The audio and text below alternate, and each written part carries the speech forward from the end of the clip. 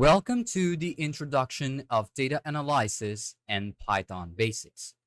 Well, in this course, we're going to learn everything about data analysis using Python. And before getting into the more practical part, we have to know a bit about what data analysis is and how does data analysis work with using Python.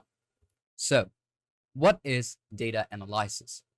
The process of gathering, organizing, cleaning, and analyzing data in order to find relevant information, make inferences, and aid in decision making is known as data analysis. Using a variety of methods, including statistics, visualization, and programming tools, it assists in locating patterns, trends, and connections with data.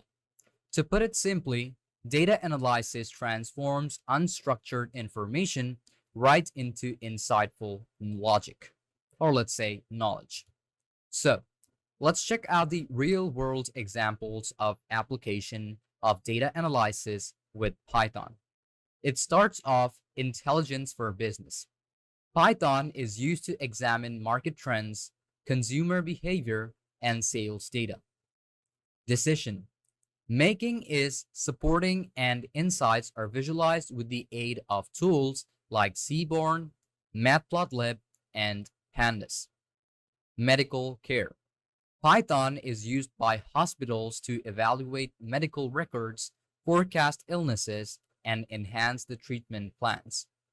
Predictive analytics makes use of libraries such as TensorFlow, scikit-learn, and NumPy. Money. Python aids with risk management, fraud detection, and stock market analysis. Analyzing data in real time with the use of tools and APIs such as stats models and pandas such as Data Reader are quite effective and helpful. Online shopping. Examining pricing optimization, product recommendation system, and user behaviors are also part of Python data analysis. Website data is gathered, cleansed, examined, and applied to enhance user experience just by using data analytics of Python. Analytics for sports. Teams examine opponents' tactics, match data, and individual performance. Coaches can improve their tactical decision making with the aid of data visualization. Analysis of social media. Python may use NLP, which is natural language processing tools like NLTK and Spatie to analyze tweets, comments, and posts in order to determine the trends, public moods, or even the brand popularity. Observation of the environment. Use big data sets from tensors or satellites to analyze meteorological data, pollutants level, or trends in climate change. All of these are quite helpful for data analysis using the basics of Python. So now let's get into the first class of how we're going to install Jupyter, or let's say the Python analytic tool. The first thing that you're going to need to do is you have to make sure that Python has been installed on your device. Now, if you don't have Python installed on your device, it's totally fine. Just click or open any of your browser and search for download Python.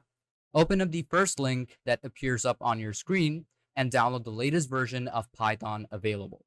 Now, I already have it installed, so do the same thing. Just click on download if you're using a different OS, such as a Mac, Linux, or maybe others. Just click on the platform and it will be downloaded. Now, after it is downloaded, from here, I'm going to search for Python. Okay, we have this Python over here. So this is the exact file that you want to do. And just what you want to do is just click on open file location. Now, when you open file location, this is the type of platform you will see. Then right click on this again and click on open file location again.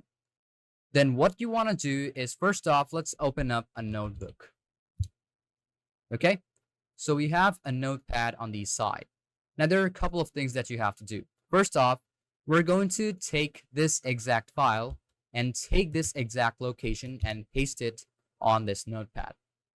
Another thing that you want to do is click on scripts, then take the same thing, copy and paste that location too. Then what you want to do is close off the folder and open up CMD. Now make sure to run it as administrator. Now after you run it as administrator, what you want to do is, as I already have Python installed, first off, you want to type in Python dash dash version. Hit on enter, you can see Python is not recognized.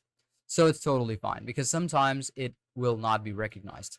So just open up the windows again and search in for environment variables. Hit on enter, go off to environment variables and click on path. You can also go off over here and select on path over here and click on edit. Then click on new, and over here, just copy and paste this. Like first off, press on cancel. I'm going to copy this, Control C, click on path, click on edit, click on new and paste it up. Press on OK. Do the same thing on the script file, Control C, click on edit, press on new and paste up the script file.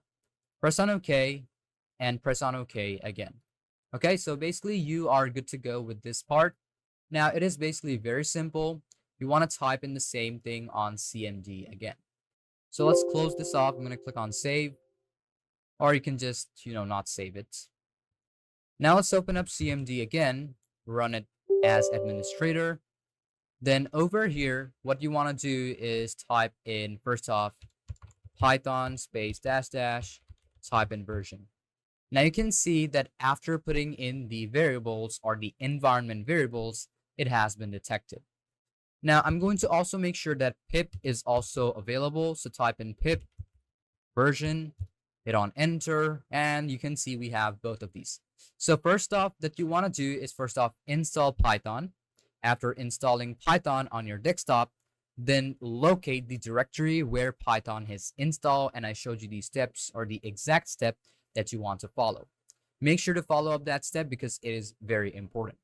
Now, the next thing that you want to do is obviously you have to make sure you install Jupyter on your, PC. So type in pip, type in install Jupyter, hit on enter. Now, after you hit on enter, you can see it is going to collect up Jupyter and it's going to take a bit of time. Just make sure you are connected to the internet throughout the whole time. You will see that it is going to basically keep on continuing until it hits end. And there's going to be also a script where it's going to show me off that, there's like a couple of things that has been collected and installed, and a lot of them has been decrypted, and also a lot of them has been loaded. So just wait until the whole thing has been done until you can see your console again where you can type. So I'm just going to show it to you like at the end of how it looks like. So let's just skip this part. Okay. Now, after the whole thing has been done, you will see something like this. A new release of pip is available. You can install the pip. You can do that, but I'm just going to keep it like this. And these are the last scripts that you will see on your screen if the whole thing has been done successfully. So after that, what you want to do is you want to check like again if Jupyter has been installed perfectly, because if it can detect of the version, then it means that it has been installed perfectly. So type in Jupyter, put in dash dash, type in version in the same way, hit on enter. Then it will show you the exact versions that has been installed on your device. Okay, so basically it is how simple it is to install Jupyter Notebook on your device. Okay, so the next thing that you want to do is obviously open up Jupyter Notebook on your device. It is basically very simple. You don't even need to install anything, but obviously there is, kind of, let's say, a software which you'll be able to use to run Jupyter, which is Python launcher, okay, which is PyLauncher. It is also known as Anaconda. Okay, you'll be able to use that, but if you don't want to go through that hassle, I'm just going to show you how you are going to enable it and use Jupyter Notebook on your device directly without the installation. If you want to install it, just type on over here and type in download Anaconda. type in Anaconda Navigator. From here, just click on Anaconda Navigator and click on download. It will allow you to use Jupyter Notebook from there, but if you want to use it directly without this hassle, then just open up your, let's say, folder, or let's say any of your files. So this is the exact file that I have opened up, and I'm going to make sure to keep it just like this. Okay. Now, after you keep it, what you want to do is you can name it however you want, but I'm just going to keep it new folder. Now, over here, what you want to do is you want to go off to the script and type in CMD. Hit on enter, and this exact file or this exact folder will open up on CMD, and the exact folder will run along with it. Now, the next thing that you want to do is basically very simple. You just want to type in Jupyter and space notebook. That's all that you need to do. Type in Jupyter notebook. Okay. Jupyter notebook. Hit on enter and just wait for a bit until it opens up on your screen. Now you will see that whichever browser you want to use, I'm just going to click on Arc, which I most of the time use. And you can see this is exactly how it will open up. Okay. This is how it will open up. And this is exactly how Jupyter Notebook is. So we have the name of the folder, which has been selected. And over here, if you want to apply in a new notebook, it is also quite simple. What you want to do is just click on new over here and type in the exact thing. Let's say you want to make a notebook, which is Python 3 IP kernel. So click on that and a new notebook will open up on your screen. Now from here, you can type in print, open parentheses, single quotation, type in hello. Close off the parentheses, and you just want to type in shift and enter. And if you see that hello has been printed, then it means that your setup is successfully complete. So that's it for this class. From the next class, I'm going to be showing you everything about Jupyter Notebook, what you need to know, and how you'll be able to apply the command snippets or the code snippets to get on with data analysis. So thank you for watching this video again, and without any further ado, let's move on to our next class.